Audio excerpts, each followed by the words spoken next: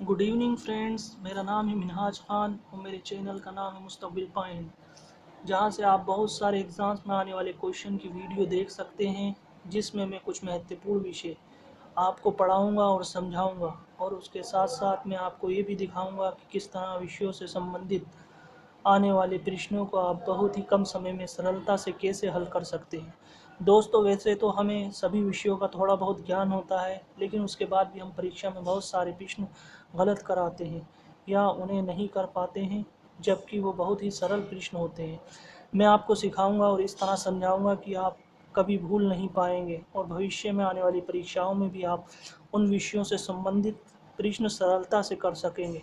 इसी को ध्यान में रखते हुए मैं आपके लिए रीजनिंग, हिंदी और करंट अफेयर से रिलेटेड वीडियोस लाने जा रहा हूं, जिसमें मैं आपको रीजनिंग, हिंदी और डेली करंट अफेयर्स पढ़ाऊंगा, और आने वाले समय में मैं आपके लिए और भी विषयों से संबंधित वीडियो बनाऊंगा जो आपका उचित मार्गदर्शन करेंगी। आपसे रिक्वेस्ट है कि मेरे चैनल को सब्सक्राइब करें, लाइक करें और शेयर करें, ताकि जिन जिन विद्यार्थियों को इनकी ज़रूरत है वो इनसे अपना उचित मार्गदर्शन कर सकें। इसके अलावा अगर आपको किसी भी सब्जेक्ट से रिलेटेड कोई प्रॉब्लम आती है या समझ नहीं आता, अ, या स्टडी में कोई प्रॉब्लम होती है, तो आप मुझे कमेंट कर सकते हैं, मुझसे पूछ सकते हैं, मैं आपकी हेल्प करूंगा। जैसा कि दोस्तों आपको मालूम है, पॉलीटेक्निक का एग्ज़ाम जल्दी होने वाला है, तो आपको पता होना चाहिए उसमें क्या क्या ग्रुप हैं और किस तरह कैसे कैसे पेपर आएगा। उसमें आप ग्रुप ए के अंदर देख सकते हैं। ग्रुप ए के अंदर है आपका फिज़िक्स केमिस्ट्री 50% आएगा और 50% मैथ का आएगा। 10th और 12th स्टैंडर्ड की मैथ आएगी। ओके फ्रेंड्स, इसी तरह ग्रुप बी में भी फिज़िक्स केमिस्ट्री के में 50% आएगा और बाकी एग्रीकल्चर आएगा। 50% एग्रीकल्चर रहेगा आपका। ग्रुप सी, इसमें क्या होगा दोस्तों, 3 सेक्शन होंगे। पहले सेक्शन में हिंदी, इंग्लिश एंड कॉम्प्रिहेंशन होगा, जो 20% आएगा। उसके अलावा रीजनिंग और इंटेलिजेंस और जनरल अवेयर्स ये रहेंगे 50 + 30 80%, ये भी आएंगे क्वेश्चन। तो आप समझ सकते हैं कि 20 क्वेश्चन इसके रहेंगे, बाकी 80 क्वेश्चन रीजनिंग और करंट अफेयर्स के रहेंगे। इसलिए ये सब्जेक्ट आपके लिए बहुत ज़्यादा इम्पोर्टेंट हो जाता है। इसी की वजह से आपका सिलेक्शन होगा और आपको अच्छा कॉलेज मिल पाएगा। इसलिए मेरी राय ये है कि आप इस पर फोकस ज़्यादा करें। इसके साथ साथ आप ग्रुप डी दे सकते हैं। ग्रुप डी में 12th क्लास का सिलेबस है, जो 4 सेक्शनों में डिवाइड है, जिसमें हिंदी 30%, इंग्लिश और कंप्रिहेंशन आएगा। बाकी रीजनिंग आएगी, 35% रीजनिंग रहेगी। Numerical ability and general awareness भी रहेगा 25%। तो आप देख सकते हैं रीजनिंग इसमें भी आएगी, 35% आएगी। इसलिए ये काफ़ी इंपॉर्टेंट हो जाता है। और हिंदी भी 30% है। इसका मतलब युवा 35 होगा। ये 65 नंबर का तो यही पेपर हो गया आपका।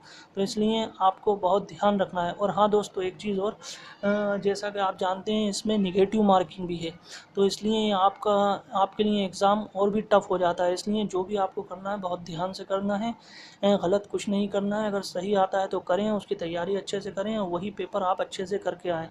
इसके बाद आप देख सकते हैं ग्रुप ई, इसमें ये 2 सेक्शन होंगे। इसमें 50% के अंदर फिज़िक्स और केमिस्ट्री के क्वेश्चन आएंगे और 50% जो है बायोलॉजी या मैथमेटिक्स से संबंधित आएंगे। जो बायो लेना चाहेंगे उनके लिए 50% बायो रहेगा, और जो मैथ का जिनका सब्जेक्ट होगा उनके लिए 50% मैथ के क्वेश्चंस आएंगे। ग्रुप एफ में बीएससी एकेडमिक बायो, इसमें 25% है। फिजिक्स और केमिस्ट्री बॉटनी भी 25% है। और दोस्तों इसमें केमिस्ट्री के क्वेश्चन रहेंगे 50%। अब आप देख सकते हैं ग्रुप जी में क्या है, इंग्लिश आएगी, कंप्रिहेंशन आएगा 20%, न्यूमेरिकल एबिलिटी 15% आएगी, रीजनिंग 30% और 20% journal intelligence and awareness. Topic and syllabus आएगा। इसके अलावा ग्रुप एच, इसमें क्या है, reasoning 25%, physics, chemistry, math 25%, numerical ability and scientific attitude ये 25% में रहेगा। इंग्लिश 25% आएगी और जीएस इसमें भी 25% आएगा। ग्रुप आई में आप देख सकते हैं 10+2 से संबंधित सिलेबस आएगा। इसमें फिजिक्स, केमिस्ट्री में 50% रहेगी और 50% मैथ रहेगी। इसके अलावा आप देख सकते हैं ग्रुप के में 10+2 का क्लास का सिलेबस रहेगा, जिसमें फिज़िक्स, केमिस्ट्री और मैथ 3 सब्जेक्ट हैं। इसमें 40% फिज़िक्स केमिस्ट्री आएगी आपकी और मैथ आएगी, और बाकी जो आपका इससे संबंधित जो सब्जेक्ट होगा उसका 60% आएगा।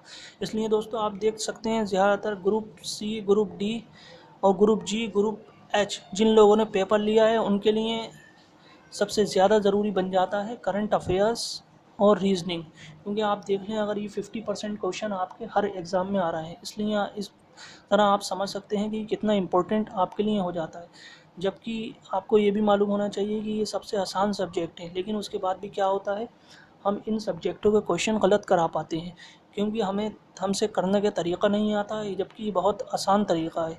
इसलिए मैंने सोचा है कि मैं आपके लिए रीजनिंग की क्लास लेकर आऊँ और आपको हिंदी भी पढ़ाऊँ, और इसके साथ साथ मैं आपको डेली करंट अफेयर्स पढ़ाऊँगा। जैसा कि आपको डेट का तो पता ही होगा कि इसका एग्ज़ाम जल्दी होने वाला है, ज़्यादा टाइम नहीं है। दूसरी चीज़ दोस्तों, इसके साथ साथ आपको ये भी देखना है, जैसे कि आपको मालूम है टाइम बहुत कम है, अब आपको कम से कम एक टाइम टेबल ऐसा बनाना चाहिए जिसमें आप 7 से 8 घंटे पढ़ाई कर सकें। आपको स्टडी 7 से 8 आवर्स करना पड़ेगी, तभी आप इस एग्ज़ाम को क्वालिफ़ाई कर पाएंगे, वरना क्या होगा कि आपके रैंक कम आएगी और आपको अच्छा कॉलेज नहीं मिल पाएगा। अगर आप अच्छी रैंक लेना चाहते हैं तो कम से कम, जैसे कि दिन चल रहे हैं, लॉकडाउन है, आप इसमें ज़्यादा पढ़ सकते हैं और अच्छे नंबर ला सकते हैं। बाकी मैं आपका उचित मार्गदर्शन करूंगा। आप मुझसे कुछ पूछना चाहें तो मुझे पूछ सकते हैं, या मेरे चैनल पर आप कमेंट कर सकते हैं, मैं उसका रिप्लाई आपको 1 या 2 दिन के अंदर दे दूँगा। हाँ, तो आप अब अपनी तैयारी करिए और सही तरीके से अपना टाइम टेबल बनाइए, और कम से कम आप उसमें एक चीज़ ये देखिए कि आपको कम से कम 2-2 घंटे हर सब्जेक्ट पढ़ना पड़ेगा, तभी आपको कुछ फ़ायदा हो सकता है। अगर आप इससे कम पढ़ते हैं तो फिर आपको कोई फ़ायदा नहीं है। और हाँ, जैसा कि टाइम बहुत कम है, ये तो समझ के चलिए कि कम से कम आपको 6 से 7 घंटे डेली पढ़ना ही पड़ेगा। ज़्यादा के लिए कोई नहीं है कि आप 10 घंटे पढ़ें, लेकिन उसके साथ साथ ये भी है कि आप समझ कर पढ़ें। अब मैं जहाँ तक मुझे मेरा मानना है कि जैसे आपका फिज़िक्स, केमिस्ट्री, मैथ ये ऐसे सब्जेक्ट हैं, तो ये तो आपको थोड़ी बहुत स्टडी आपने कर रखी होगी, लेकिन हिंदी, रीजनिंग और जनरल अवेयर्स ये क्वेश्चन ऐसे हैं जो देखने में तो बहुत आसान लगते हैं, लेकिन उसके बावजूद भी हम ये नहीं कर पाते, और इसकी वजह से हमारा सिलेक्शन रह जाता है। मैं आपको यही सजेशन करूँगा कि आप इस पे भी ज़्यादा ध्यान दें। अपना सब्जेक्ट तो आप कर ही रहे हैं, लेकिन अगर आप इसमें थोड़ी सी भी मेहनत कर लेते हैं तो आप बिल्कुल सही नंबर और अच्छे नंबर लेकर आ पाएंगे, जिससे आपका सिलेक्शन काफ़ी आसान हो जाएगा। क्योंकि ज़्यादातर मैंने देखी है प्रॉब्लम ये देखी है बच्चों के अंदर, जो पॉलिटेक्निक का एग्ज़ाम वगैरह देते हैं वो अपने सब्जेक्ट तो कर लेते हैं, लेकिन सबकी प्रॉब्लम यही रहती है कि रीजनिंग नहीं आती, इंटेलिजेंस में प्रॉब्लम रहती है, करंट अफेयर्स नहीं आता। आप करंट अफेयर्स आप देख सकते हैं कितना आसान सब्जेक्ट है, लेकिन जितना ही आसान है उतना ही सबसे ज़्यादा ये ख़तरनाक सब्जेक्ट भी है, क्योंकि इसको आपको डेली पढ़ना पड़ेगा। अगर आप डेली करंट अफेयर्स या न्यूज़पेपर पढ़ते हैं तो तभी आपको इसका फ़ायदा मिलेगा, वरना बहरहाल आप करंट अफेयर्स नहीं कर पाएंगे। जबकि आप खुद देख रहे हैं करंट अफेयर्स 30%, 40%, 50% तक एग्ज़ाम में आ रहा है, और ये काफ़ी आसान भी है। और अगर आप थोड़ी मेहनत कर लें तो ये आप आसानी से कर आएंगे। अब मैंने इसके लिए सोचा है कि आपके लिए जल्द से जल्द करंट अफेयर लाऊं, लेकिन उसमें आपको ये करना पड़ेगा, जो भी मैं क्वेश्चन करंट अफेयर से रिलेटेड डालूंगा आप उसको डेली पढ़ लें, याद कर लें। बस आपको 10, 15, 20 मिनट उसके ऊपर देना है, उससे आपकी तैयारी अच्छी हो जाएगी। ताकि उसके बाद मैं ये भी सोच रहा हूँ कि आपके लिए उत्तर प्रदेश विशेष लेकर आऊँ, क्योंकि पॉलिटेक्निक में उत्तर प्रदेश से संबंधित भी क्वेश्चन काफ़ी आते हैं, क्योंकि स्टेट लेवल का पेपर है, तो इसमें यूपी लेवल से भी क्वेश्चन आएंगे। इसके लिए भी मैं इसे रेडी कर रहा हूँ, जल्दी अपलोड करूँगा मैं अपने यूट्यूब चैनल मुस्तकबिल पॉइंट पर। तो दोस्तों, आज के लिए बस इतना ही। धन्यवाद, और मेरी शुभकामनाएं आपके साथ हैं। आप स्टडी पर ध्यान दें।